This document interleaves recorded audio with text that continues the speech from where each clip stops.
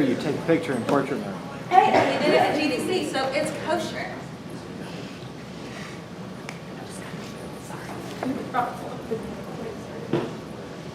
I got 2 more minutes. 2 more minutes. I'm getting all that on tape. Are you really? Yeah. Hi, Mom.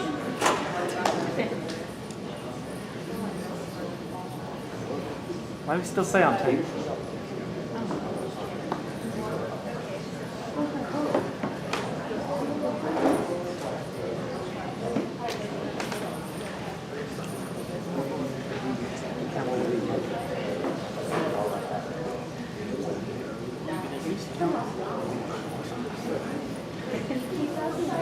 Definitely can. 1. You're assuming I can count 2. I can help you. Take the letters T. That's not counting. That's pronouncing for it too. That's 3 letters. Well, you do know how to count. No. You know how to I count skipped to 3. I skipped 2 and counted 3.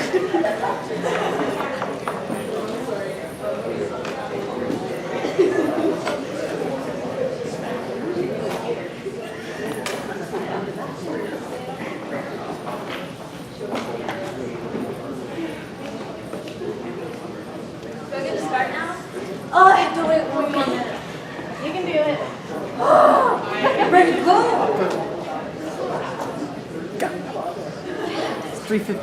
It's 3:15. It says 3:14 on mine. It says 3:15 on my computer. It says 3:15 on yours? Okay. So then I'm going to get started. First off, everybody, welcome to increasing your online presence as an artist in the industry. Though you don't have to be an artist to enjoy this talk, but it is highly recommended. My name is Ryan Elizabeth Grady.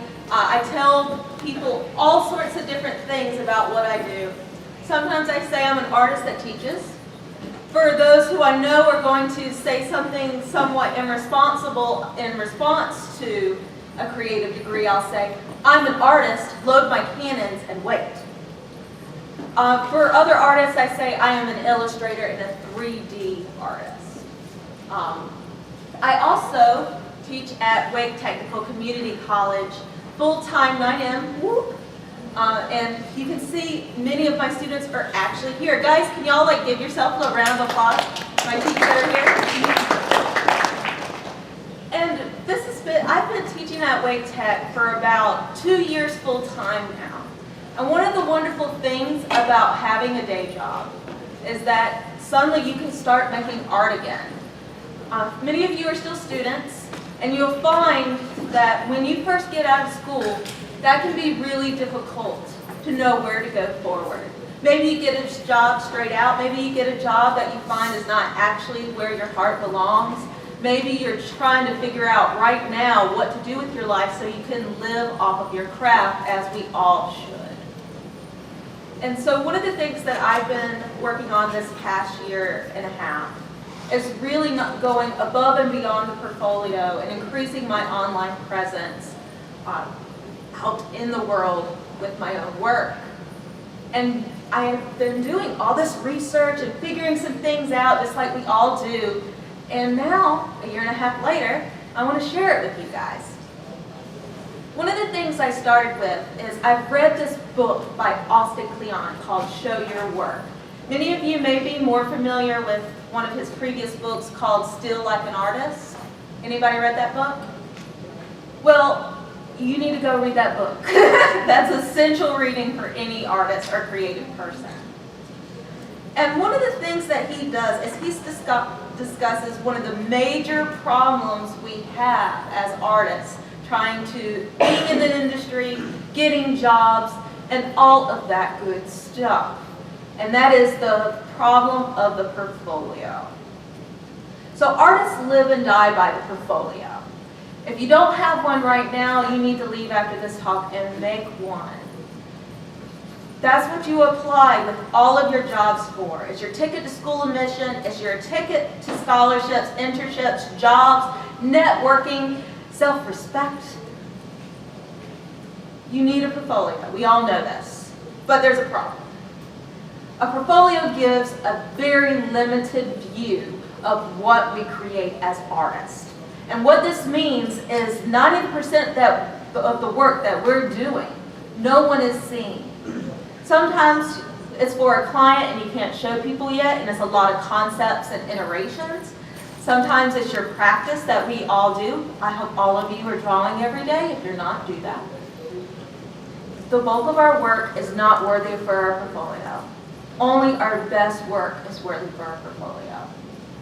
So what do we do when everything that we're working so hard on is not relevant for recruiters, people looking at our applications, etc., and just getting an idea of who we are as artists? Well, Austin Kleon introduces this idea, which is actually from just social media marketing. This idea, and it started off at finance, but our portfolio is our stock. So what that means, it doesn't change a lot. It's very static. You only have a few pieces and they need to be your very best pieces. So all of that work that we're doing in the entire year, that's really the majority of what we do, is constantly changing. We call this our flow. And what we need to do as artists is we need to use our flow to get us gigs. We need to use our flow and turn that into content online to better market ourselves. And that's going to be the structure of this talk. I will go a little bit into the portfolio, but again, this is really geared towards what to do beyond that. We'll talk about flow, social media, what to post and how to post it. And lastly, we'll talk about what to do once you gain a presence online and how to actually do what we all truly want and must do, which is survive off of our craft. So let's talk about it. Let's talk about the portfolio. Again, if you already have a portfolio, just hang with me for 5 slides. You're going to be all right. So I have a quote for you guys. The first thing I look at is the portfolio. The second thing I look at is the portfolio. If I decide to email you, then I look at your name. This is very accurate to many people who are going to view your portfolio for the course of your artistic career. They don't care who you are. They care about the work that you do. This is one of the reasons why you need to be able to communicate what you do in your portfolio in a glance. And it's something that's not going to change very often, even though we are constantly changing. So choose wisely. So since recruiters are going to look at our portfolios at a glance, we need to separate friction from them in the artwork. That means when you're designing your portfolio, don't make it this crazy website with pop-ups, 1,000 clicks, big, thick descriptions a mile long. You're going to want it to be visual. And you're going to want it to be able to have large format images. So, if you are a 2D artist, do we have any 2D people in the house? Excellent. That means you're going to want your illustrations to be polished, up in front, and large. How many 3D people do we have in the audience? Excellent. 3D people, you have a couple more options. You can use things like Sketchfab or turnaround videos, and we'll talk about that in a little bit.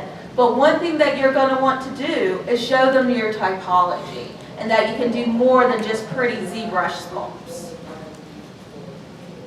So for example, I'm an artist who's both, that does 2D work, that does animation, and does 3D work. So I'm in a big conundrum. If I want my website to be a large format, image-based website, I have to figure out how to display all those skills with one click. So one of the things that you could do is you can do turnarounds, some showing the textures on, some showing wireframes on. They're presented very well in high quality images along with your 2D work. What you don't want to do is just show a bad shot, not show multiple views of 3D artwork, to have all of your portfolio work in a side column so they have to navigate your website to find the work that you want to see. This sounds like it's really easy to do, but you're going to find that you're going to want to do more than just your dream job, and you're going to apply to things that require a very specific skill set. So what that means, your portfolio for 2D animation or 3D animation is going to be very different from your modeling portfolio, from maybe an animation portfolio, from an illustration portfolio.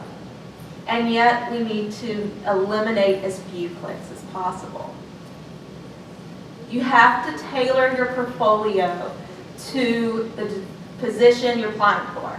And guys, I know I keep saying recruiters, like full-time jobs. A lot of you are going to do contract work. So that's one of the things why it's so important to tailor it, is because you're going to be applying for such a variety of things, because there are all sorts of different companies and all sorts of different contracts. So that means that you're going to want a website that you can update really easily, change things around, and make it clear, hey, I want your job, and just your job, even though I'm applying for 200 more. Tailor your portfolio to the job you're applying to. So we talked a little bit about showing your typology, right? I highly recommend that you do this if you are a 3D modeler. I also wanted to talk briefly about a demo reel. There was actually a really great talk earlier today about demo reels through the years. You can use sites like Vimeo or YouTube to show off your demo reel. And if you're someone who has multiple skill sets, the nice thing about this is some websites actually have integration with Vimeo, YouTube, Sketchfab, and beyond. So that way you can have your artwork at a glance in different formats in one page if your heart so desires. Now, we are talking about how to display your work and how you're supposed to tailor your portfolio to a specific position. But students run into this problem, and adults run into this, well, students are adults, but young professionals run into this problem. All artists run into the problem of what to put in your portfolio. And really you can find out with just a simple Google search what people say. They say to put your best work in your portfolio. It's better to have 3 strong pieces than 20 mediocre ones. Well, that is really easy thing to say, and it operates on this assumption that young professionals want to include in their portfolio everything they ever made because they think it's all amazing.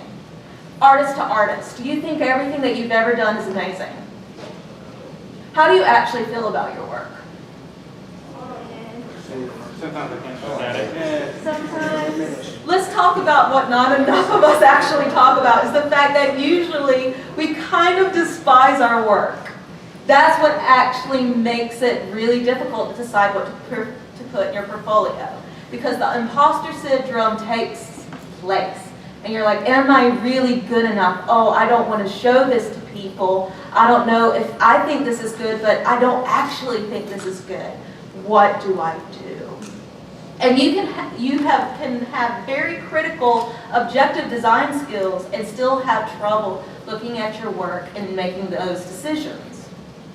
That's why it's incredibly important for you to communicate with other artists. And not your friends, not your parents, but other professionals around you. There are several meetups in the area that you should start considering going to. There's the Unreal meetup. There's also the Game Dev Drink Up. And there's also little communities that you can form yourself. I'm a member of Art Avengers. We're a group of young professionals, most of us graduated from state, who get together, critique each other's work, are in constant chat flow, and sometimes we even have brunch. And the great thing about that is not only are you constantly being inspired by the people around you, you're not the only one who's deciding what is your stock, what's going in your portfolio. Don't worry guys, we're almost there. We almost get into the flow. So, how many of you already have a website that has your domain name? That's everybody in this room should raise their hand. I know it's fun to have a quirky little domain name, but it really should be your name because you're the product that you're selling. Another thing is that you need a digital portfolio. and it needs to be in all those ways that we talked about before. So these are your options. One, you got to get a domain. So Squarespace will let you get a domain through them. I think Google now lets you get a domain through them as well. I use GoDaddy personally. I pay about $30 a year for my domain names. I got the .nets, I got the .coms, I got a couple of other dots at the end, and it's very affordable. What's not very affordable is hosting.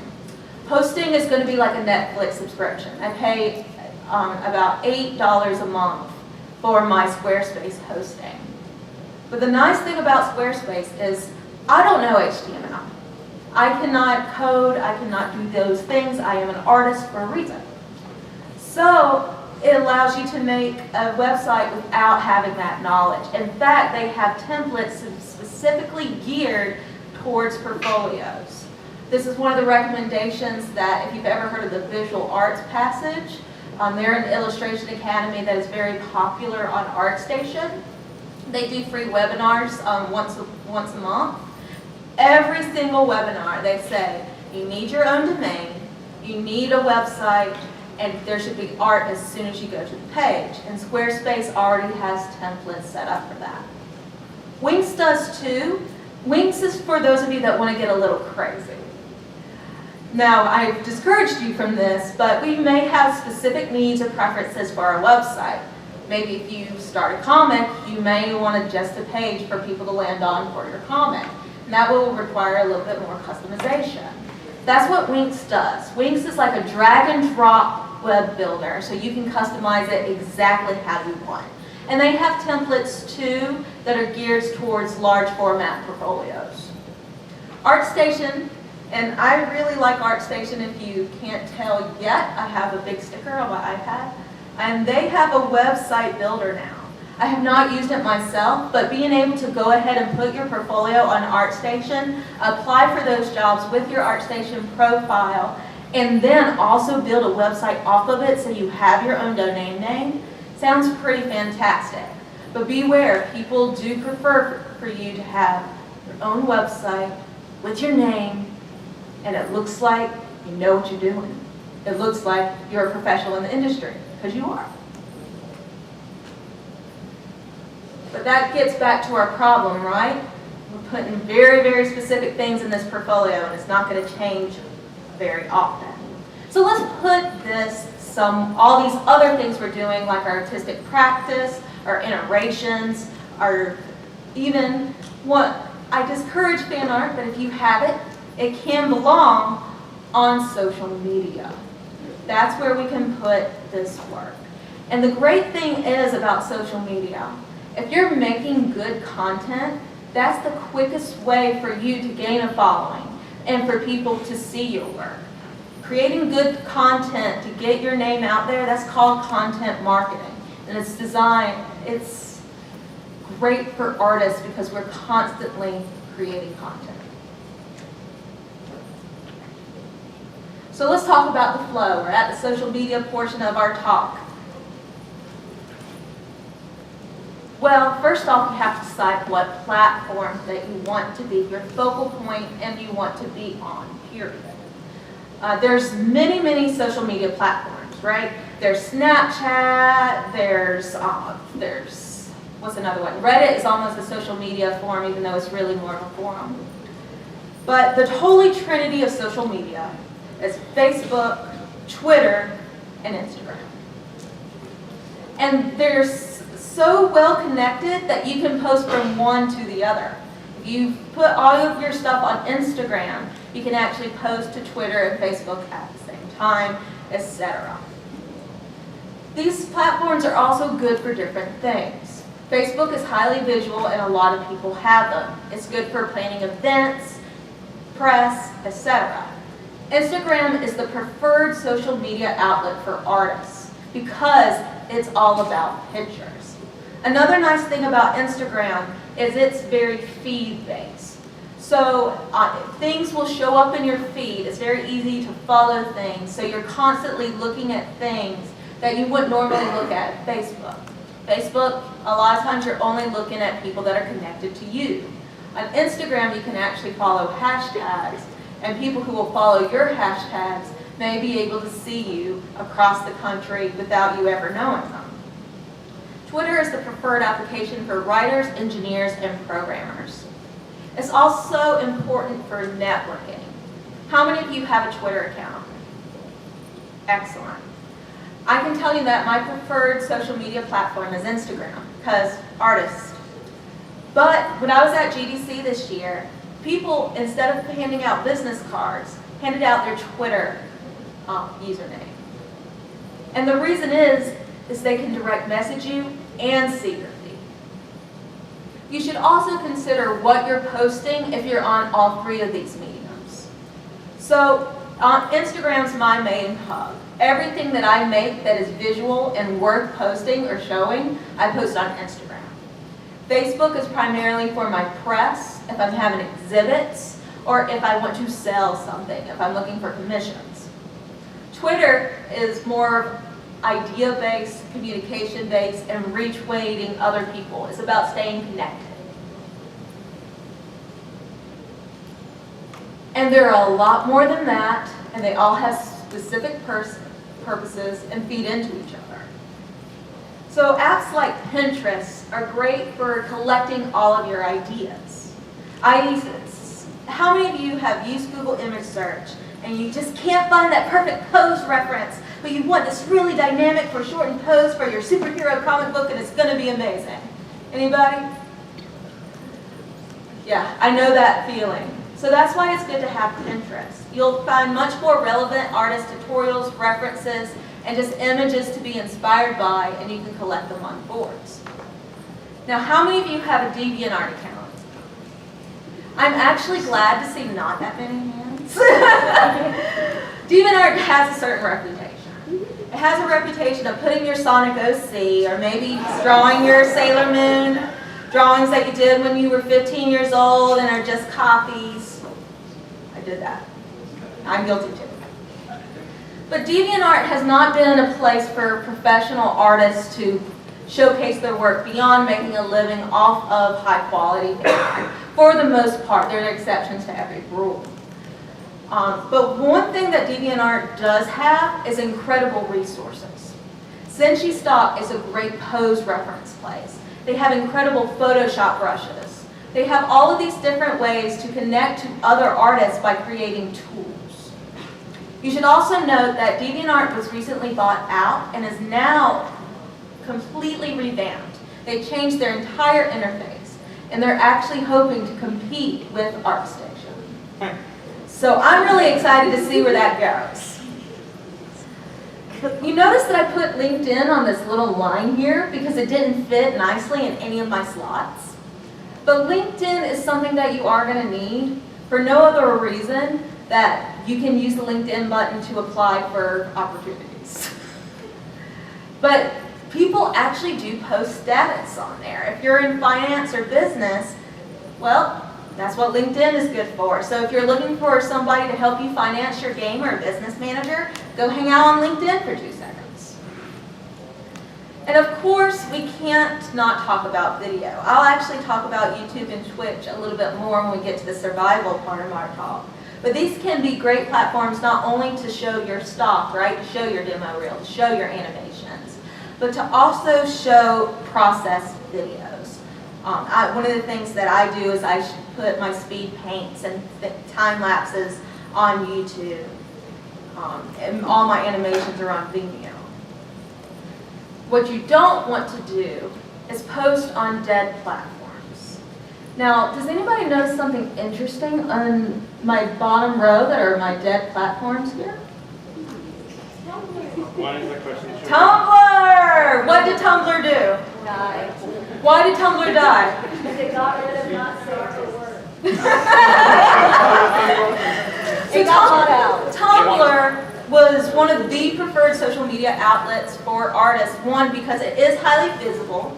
It's feed-based. And when I mean feed-based, I mean things are showing up, you go down so you can view a high number of content in a short amount of time. And also, it has an outstanding community. And then they decided that they were going to censor artists, which means that we can no longer find our anatomy references off of Tumblr. So I would recommend to move away from that. There's another platform that came out for 2 seconds, and I actually had to write it down, but it's covered up on my slides right now because it's so useless that I can't even remember it. I think it wasn't Verbo, the building place, but it was something similar. Vero, it was called Vero. And the thing about Vero, it was good for about a week because you can make a good Instagram post about it. Don't waste your time on medias that don't matter. So your grandmother probably has an email address. A lot of people have an email address. And we forget that we can actually use that beyond emailing people that say, hey, look at my portfolio, please. Okay, thanks, bye. You can actually have a newsletter, and newsletters are very popular, and they'll increase your organic reach, according to Campaign Monitor's website, by 44%. That's kind of huge. Believe it or not, in 2019, there's a lot of number of people that aren't on social media.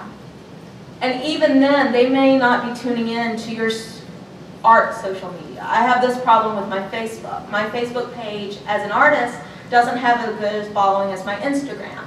And the reason is everyone just rather me post to my regular profile. It's like, no, you have to go look at my public profile. You have to go like my artist page. What are you doing? Don't be lazy. You're supposed to love me.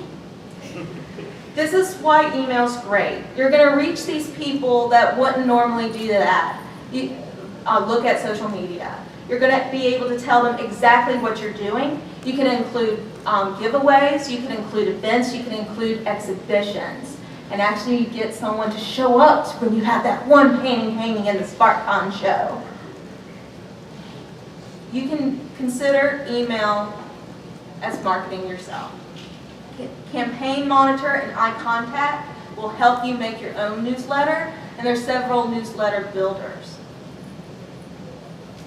So now we know where to post, right? Let's talk about what to post. From the way it sounds, I'm telling you, you can post your sketches, you can post all these little doodles, you'll be fine. That's not the case. You need to be selective about what you post, even though you do have more to choose from. So you also need to tailor your content specifically for social media. And I'm going to tell you several different tools to do that. What I don't want you to do is post pictures of your meals. I'm not going to tell anyone in any format they can't post pictures of their dog, but maybe just one. No babies. Selfies if it's relevant to what you're doing. No, just fun pictures with your friends. Post your process, but process is messy. One way you can that will help you decide not only what to post, but how to post it, are what hashtags you want to post for. Yes, I'm kind of suggesting that maybe you decide the hashtag first. It helps you organize what you need to put out there. So in my practice, I have my figure drawing practice, I have in progress posts, I have time lapses, and I have final products. Then I also have things that are pressed or cool new equipment, etc. So one of my biggest hashtags is figure drawing. And the nice thing is, that's something everybody else is doing. But figure drawing is going to be better than something like art. Why do you think hashtag art would be a bad hashtag? It's too general. So what if you did a figure drawing of a specific model that actually is a professional model, they do a lot of figure drawing sessions, etc., and you put hashtag that model's name? What would be the problem with that hashtag? Copyright. Not copyright, but I like the way you're thinking. People could look for the model or not you. It could also be too specific. You want to find hashtags that are between something like 1,000 posts and something like 50,000 posts. You want to have some things that are a little bit more specific, but still broad enough that people will be following them and they'll show up in other people's feeds. This is how you get what we call organic reach. Organic reach is when you post content, you present it in a certain way, and people that you have no idea who they are going to follow you. And that's kind of what we want a little bit. And the nice thing, every person we reach is 5 points of separation, right? You want people to share your stuff. If you are posting the same hashtag that they're using, you are going to make a connection. And you may be retweeted, reposted, reshared. So I've included a couple of good hashtags, specifically for 2D artists. We'll get to my 3D people in a moment. But one of the things that you need to do, if you haven't done it already, how many of you follow artists that you admire on social media? Have you taken the time to really study what they're putting as their hashtags? That's the place to start. If you don't know how to tag your work, or if your work, this is one thing I worry about, is I feel like, oh, I'm putting too many tags on there, I'm going to look obnoxious. Don't worry about too many tags. Just don't use wasteful tags. And unfortunately, hashtag art is a wasteful tag. I use hashtag digital art a lot, and to be honest, that's a little bit of a loaded tag as well. So you can have a little more fun with hashtags too, and it's okay to get a little creative. If you're like, oh, I can't believe someone is talking about hashtags right now. I hate hashtag no hashtags. Well, then have fun with it. Just know that that's not going to get you a lot of organic reach. It's going to give you more information about the topic, but not a lot of people are going to follow that specific hashtag or maybe searching for that keyword. But in general, hashtags give context for our media. If you're a 3D artist, I highly encourage you to tag the software that you use. The dream would be to get reshared, retweeted, reposted by Substance Painter or by Autodesk. Can you imagine how many people follow Autodesk? Can you imagine how many people would start following you if you were on their site for 2 seconds? Tag your software. In addition of what to post, don't just take bad pictures of your art, put it on social media, and expect to get followers. One of the things you can do is to start get creative how you present the work. One of the people that I follow, she's my favorite illustrator, Jen Bartel. She does several marble covers and is also the illustrator on Blackbird, an independent comic if you've read that. And one of the questions that she gets asked more than anything else is, what equipment or software do you use? She uses a 24-inch Cintiq and an iPad Pro. You know how I know that? Because she puts it in her post and she takes a picture of it. People are interested in your equipment. People are interested in your studio setup. They want to live vicariously through you, and also young artists want to imitate you. So go ahead and take a picture of your technology that you're using to create your work. Also study the platforms themselves. YouTube is super popular for speed paints and speed sculpts and time lapses. In fact, it's become a problem because young artists look at all these people doing speed paints and they think that's how you're supposed to do it. And often they develop bad habits. But y'all guys are young professionals, so you're going to be okay. Don't be afraid to post your work on YouTube and show how the art is made. That's why how the sausage is made is a term. You can do this with still images as well. Apps like Instagram allow you to post multiple images at once. So one of the things a lot of artists are doing is they'll have on one page the sketch. They'll start out with the finished version, then it's sketch, a little bit more done, a little bit more done, a little bit more done. So you can slowly see the buildup. Another reason this is great for people is now your clients or people that will hire you that are not artists will have a better understanding of what it takes. So maybe they'll pay you a little bit better. So if speed paints or time lapses are something that you would be interested to do, I would highly recommend these two programs. If you're an artist, you need open broadcasting software on your computer. This is what you can use to stream on Twitch. And the nice thing, how many of you have Macs? Ooh, that hurts my soul a little bit. If you have a Mac, OBS is Mac friendly. So that's one of the reasons I like that software. And it's great because you can use it to take videos on your desktop or to broadcast to a streaming service. Procreate is great because they actually take a time lapse of every single stroke that you do in Procreate, and they smush it together to make a time lapse. And you can actually export out different videos. This is great because you're going to be different media have different requirements. Like Instagram is famous for its square format. That can be limiting. Snapchat is so famous for its stories and its little instant videos that Facebook, Instagram, and many other media platforms have copied it. So since Procreate allows you to export out the full time lapse and 30-second videos, you can include those in those stories and make them fun for your viewers.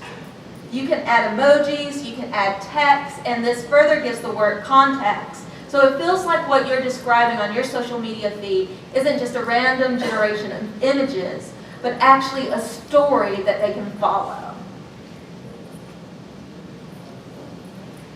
I hate to tell you, but posting what you've already created isn't enough. If you really want to increase your online presence, you're going to have to be part of the zeitgeist. And what that means is that you have to create media specifically for the platform. This involves presenting your artwork in a beautiful way and also doing things like challenges, events, etc. We love memes. Memes are great. And there are plenty of art memes for young artists to participate in, so you can put that hashtag on your post and people will see your work that you don't even know. For example, one of the popular ones is art versus artist. One of the reasons I like this particular art meme is because it's going to show people that could potentially hire you what you look like and what your artwork is. How many of your parents told you to just go to a place and give them your resume to get a job, that they need to see your face? What's actually going to happen if you show up at a game company? People don't like strangers showing up on their doorstep, but there's something to be said about showing your face to people. And if you can actually put it on the internet for everyone to see, that will always be there and always be a record, and to reach out for those that you don't even know and you don't even know that you could be connected with. That's pretty amazing. And it's surrounded by your portfolio. But be careful. Some of these art challenges and art memes have certain connotations. On the right, I have an image by Sarah Floor, and she's participating in the Draw This in Your Style challenge. Now she has, let's terminate that, then she has, I think, 50,000 followers. I think that's right. So it's perfectly reasonable for her to ask all these different people that love her, hey, you want to draw my character? All right. But if you have 100 followers and you're asking everyone to draw your OC, in a way that's a little disrespectful because you haven't gotten your feet wet enough yet. You don't have the experience level or the following to be asking people to draw your character for free. And that's what happens with Draw This in Your Style. You're essentially asking people to do work for you without pay. So if you're going to participate in something like this, it makes more sense for you to draw somebody else's work that has at least 3K followers, I would say. That way they may repost your stuff. And what happens when people repost our stuff? More people see We it. get followers, that's right.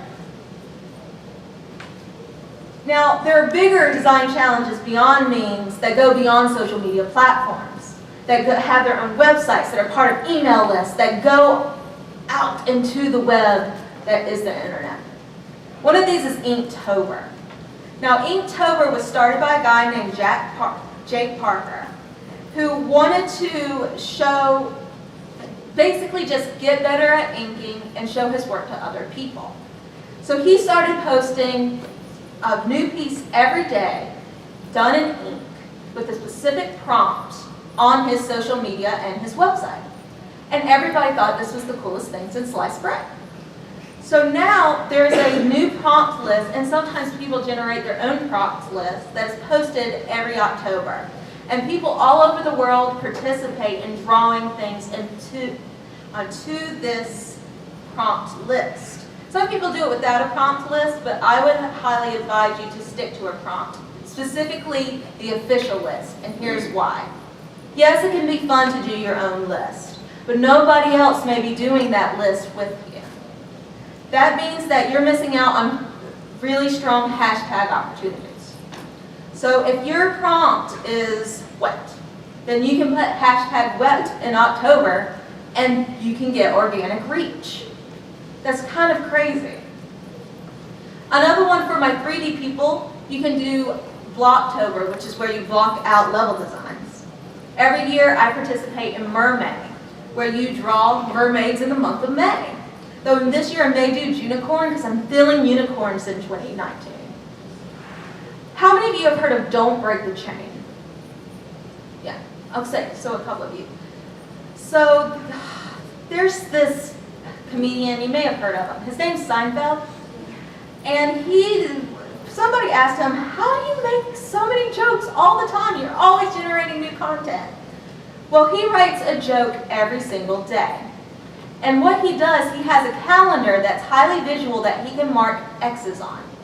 So every X that he makes is a link in that chain. You don't qualify what you create. You just do it. And you don't break the chain. Because the more X's that you see, the more satisfaction you get in saying, wow, I have a lot of X's, I worked hard. And you want to keep the habit. So draw every day, don't break the chain. Other challenges have been built off of this concept, like Create for 100 Days, where you create something new for 100 days straight. Another excellent thing that you can participate in that's actually adjacent to social media is contests. And the great thing about contests is there's many out there that get your work viewed by professionals in the industry that already have high-ranking positions like senior level designer, senior 3D modeler or animator. Those are the people that you want them to look at your art the most. So ArtStation does this about twice, maybe 3 times a year. I've only participated in 2. 3, but I gave up. And what you have to do, they have different categories specific to game art. So they have like special effects art, keyframe concept art, 3D modeling. They even have straight up game art, but I'm a little confused how that is separated from everything else. But the thing is, these are actually judged by senior people in the industry. So what's great is everyone's going to see your work because you're participating in community. You can hashtag it on your social media and people are participating. And people that are professionals have to look at it. The Polycount Riot contest is another big one. I'm a little concerned about the state of this contest because I haven't seen it updated this year. But in the past, Riot Games has not only done Polycount contests, but have posted on their own site, and people have actually been hired based on their contest entries. Again, it's another hashtag. And this is a hashtag where you can kind of do fan art without having the stank of fan art. At the end of the day, you want to make content that's interesting. And you have to figure out how to make your content more interesting than all of the other young artists posting on the internet, maybe multiple times per day. How many of you have heard of Fire Festival? I heard some giggles because it's been kind of a hot topic recently. Hulu recently released a documentary and Netflix did as well. And one of the things that they talk about is how their marketing people disrupted the Instagram feed. So they got all of these different influencers and paid them money to post an orange tile on their Instagram. So what ended up happening? People are scrolling on their phones, right? Why is there just a blank orange square on my phone right now? It wasn't necessarily visually interesting, but it got them to stop. Because why would somebody post a blank orange square? What are they, like Pantone? So that was one of their big marketing methods. Another Another example of excellent disruption of the feed, or kind of turning the attention economy, this idea that we're all fighting for each other's attention, normal commercials aren't working anymore because we're so desensitized to them. How do you get people to pay attention to us? It's the way that Fortnite does marketing. Many of you may have heard that the band Weezer posted an entire album inside of a video game. Well, everybody wins in that situation. All these people that play Fortnite are going to go to this island and listen to Weezer, and then Fortnite's going to make the news because it's such an innovative idea. Disrupt the feed. Be interesting. Also, give your work context. A picture's worth 1,000 words. So how much is a picture with text and hashtags worth? Your life is a story. You may not know that, but it is. And people who are not artists want to live vicariously through us. That's why they're always telling us what we should paint. So we need to tell them what we're painting and give our story context so they can stop telling us what to do and also follow and like our feed. We also need to make our posts presentable. Many formats have very specific size requirements. We already talked about how Instagram has the square formats. Also, many of our sites have things like cover photos, things that work better at a specific size. So there's several apps out there that can help you make your work sparkle, literally. Canva already has a slew of templates specifically tailored for social media. They have your Instagram templates, your Facebook templates, you name it. Remember when I was talking about glitter earlier and making your work sparkle? Well, the app Wordle actually makes your work sparkle. It adds particle effects to all of your media. Pixel Loop allows you to animate your still images and create what we call a cinemagraph. And Layout Boomerang are actually Instagram-owned apps that allow you to create collages and looping videos. Here are some examples of some of those images, and I bet that you've seen them on your Instagram and you just didn't realize that they were using these apps to edit their media. On the left is Pixel Loop, and it's a cinemagraph. You can see the sky moving even though this is technically a still image. And you can see those lovely particle effects with Ben Affleck on the right added with Wordle. So these are some things that I've been doing the past year to spruce up my work. So let's fast forward maybe 2 years from now. We also did some things like promotional ads where you pay for more people to see your ad. Just a heads up, Instagram's really weird about what you can make what's promotional. Apparently some of my drawings were too provocative.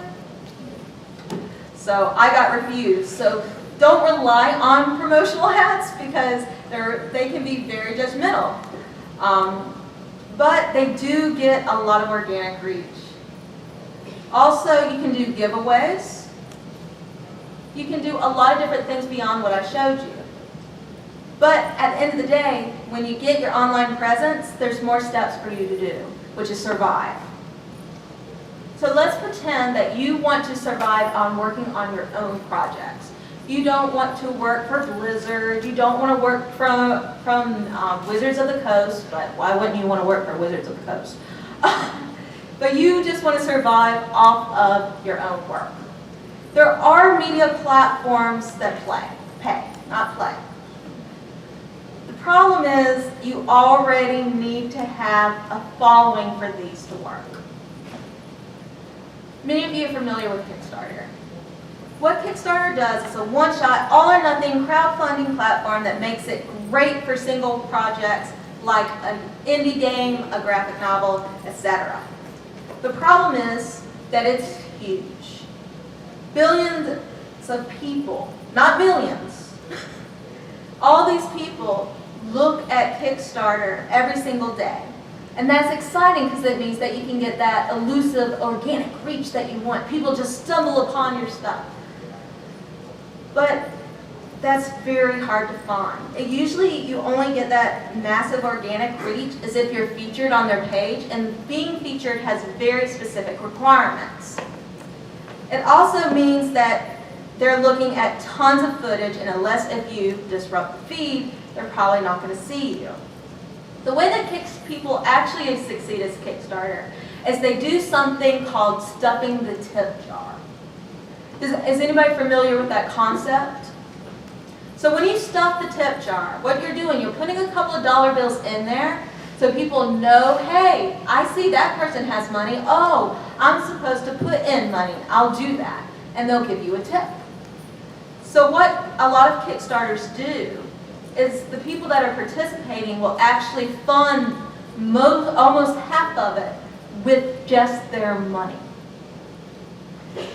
Because if people look at your project and they see a very low amount of funding, they're not going to want to give you their money because they're going to think it's going to fail and then their money isn't going to amount to anything. But if they see it about halfway, that's like, oh, I just need to give them a little bit more so they will succeed.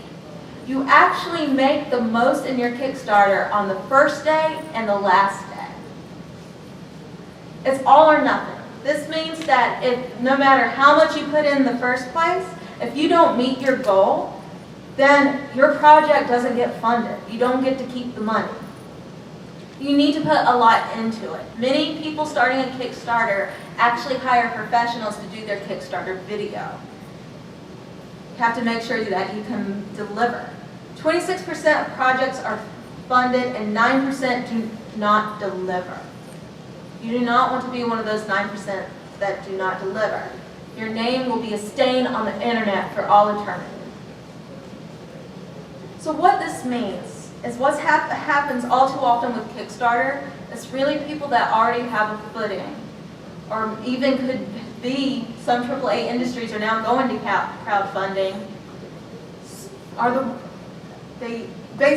They're already successful, and they're the ones who succeed because they have the money to do the marketing and advertising. So that's why I want to caution you if you want to kickstart your video game. Because I say 3K followers, it's like, hey, I have people now that follow me, I matter. But if you have less than that, I would highly discourage you from crowdfunding. Now there are other crowdfunding platforms, right? Indiegogo is great if you have a prototype. So let's pretend that you have a love for esports and you want to see if there's a market out there. So you can post that prototype on Indiegogo. And the nice thing about it is it actually has a flexible funding plan and an all-or-nothing funding plan. So that means sometimes you can actually keep what's being funded depending on what plan that you do. And another thing that's nice is if you're testing a product, you can actually put your product on Indiegogo and just see how it does. This is kind of crazy. But is your audience there? That's the problem. We know when you go to Kickstarter.com, there's comics there, there's games there, there's products that we care about and we're actually creating on the home site. Indiegogo was originally created for music people, but it's become this kind of big starter for different businesses. And so you don't see as much solely creative media on there. Let's talk about something that's really unusual and seems like it could be a dream. Let's talk about Patreon.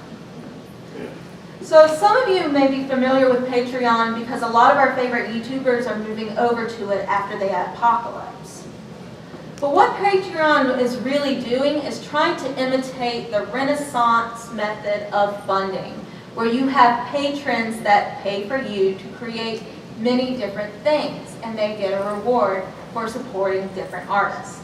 The difference between this and something like Kickstarter and Indiegogo is it remains constant and it's membership based. So basically, you're an artist that's like Netflix, and people can become a member to you and you can give them rewards. Maybe they get a special Discord that they can talk to you on. Maybe you critique their portfolios. Maybe you give them special posters or stickers. The problem is, unlike Kickstarter, you don't have a lot of people just hanging out on Patreon trying to look for people to become members to. The best way to have a Patreon and to survive off of it is to already have a following. Are you catching what I'm putting down here? You have to have people that come and already want to see more of your art. That's why YouTubers do well on Patreon, is because they already have a huge following. It's a lot of work to keep up with the rewards and generate consistent content. All of us have lulls when we may not be making that much. You can't have a lull. You have to keep going. So let's talk about YouTube. So you can post tutorial videos on YouTube. You can post your speed paints, and there are people that do make a living off that. ProCo does incredibly well done drawing tutorials, and that's his main business. But if you're not familiar with what the adpocalypse is, basically it's very difficult to get ad revenue now, and YouTube is constantly changing their algorithm, which means the majority of money that you would generate from your YouTube video now actually goes to the YouTube company. So it's become harder and harder for people that are just one-person studios to make a living off of something like YouTube. This isn't the case with Twitch. Twitch has now added a creative channel, and it's another one that encourages surfing. People hang out and look for cool things to watch. You can also kind of link each other within your channel. The problem with Twitch is it's very technical, and it can be difficult to set up. That's why we have people like True Gaming hanging out at ECGC. So now what I'm going to do, we're approaching the end of our time and the end of the talk. I'm going to give you just a couple of pro tips that will help you survive, whether you're a 2D, 3D, music, writer, whatever kind of creative you are. These are some things that will not only help keep you sane while art making, but also will help you create that online presence that you would want to survive. One is very practical. Guess what? Social media has analytics. You're probably wondering, how did this person get to this talk this far about social media, not mentioning analytics? Well, that's because I look at analytics for one thing: when people see my post and which post they like the most. So that way I can be sure to post things at the same time to get my highest number of views. Twitter has analytics, and Instagram has analytics if you make your account a business account, and you should make your account a business account. Good talk. Draw every day, whether you like it and post it, whether you like it or not. The importance of creating that habit, the importance of not breaking the change is invaluable. And if you have to post it each day, you're going to keep doing it. You're going to hold yourself responsible and make sure you continue that habit. And you can't judge your work. Believe it or not, your artwork doesn't completely define who you are, and it's not equivalent to your self-worth. People bought Sonic 06. Not only that, people bought Sonic Boom. If people are going to spend money on that, they have to at least like one thing that you post. It's going to be okay. Post your artwork no matter what. The best way you can increase your presence online is to increase your presence offline. I know it's really hard to get out there, and let's be honest, we're video game people. Our favorite place is on our sofa with our controller, or if you're a PC gamer, your fancy gaming chair, playing our favorite game. But that's not enough.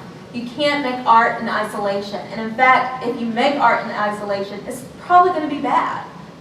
Art is documenting a visual experience in an emotive way. You can't develop that without going out and having experiences. So go to a museum and start drawing. People will go up to you and be like, oh, look, that's an artist, because they're drawing in a museum. Go to conferences. GDC taught me more about the game industry than I've learned in several years.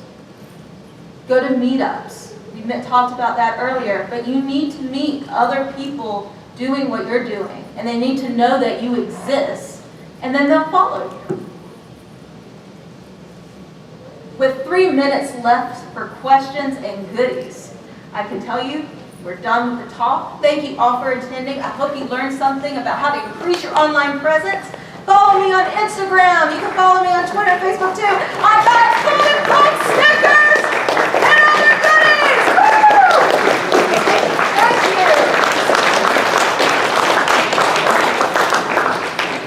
you. One last thing, if you want a copy of my talk, in addition to the stickers and the comic book, I actually have a little QR code that will bring you to all of my sources and a PDF of the talk. Questions? We have 2 minutes. So 2 questions. Go for it.